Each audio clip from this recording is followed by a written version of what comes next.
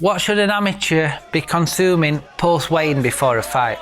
So in terms of amateurs, there's a limited opportunity to refuel before a fight. Some may get kind of 2 to 3 hours depending on the weight category they're competing in. Some may get 6, 7 to 8 hours. We need a rapid replenishment of energy in that short period of time. Probably going to be best coming from fluids because this is going to help rehydrate in terms of performance, but also refuel. And it's going to have lower risk of GI distress. Increasing your intake of maybe isotonic drinks, whether it's a Lucozade, whether it's a carbohydrate electrolyte drink, so like SIS do a Go electrolyte drink, Nutrition X do a Hydra Fuel.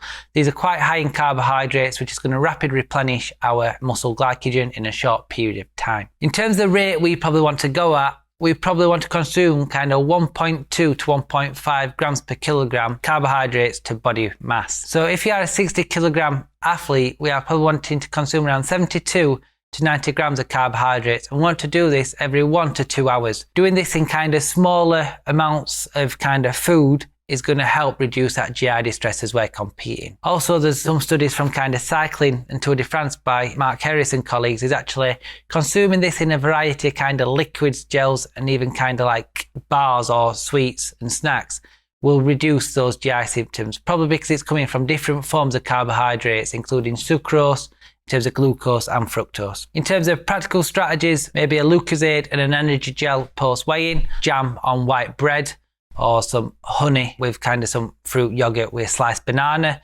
So basically what's happening there is we're getting some glucose and fructose to our muscles and to also our liver to help replenish that energy for when we fight. Having low fiber and low volume meals is probably key at this point. So last thing we want is to have a big pasta dish or a big noodle dish after a weigh-in if we've only got 2 or 4 hours to fight.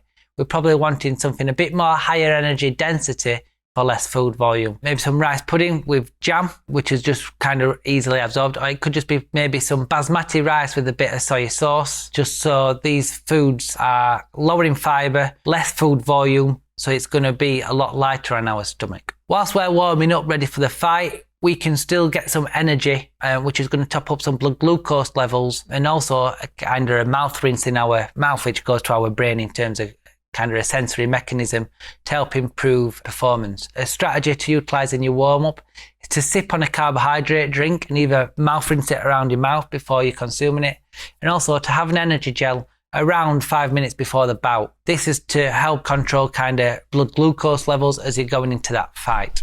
Another question received was, should I have caffeine before a fight and also sweets before a fight? In terms of caffeine, it is one of the most research evidence-based supplements out there to improve performance. A lot of studies by Gragich on kind of strength and power performance, aerobic and aerobic endurance, and it all improves performance because it delays fatigue and it also reduces the rate of perceived exertion. It's really important to trial it. And I'd only use caffeine if you're above 18 years of age. The reason for this is it can easily go wrong if you consume the wrong dose.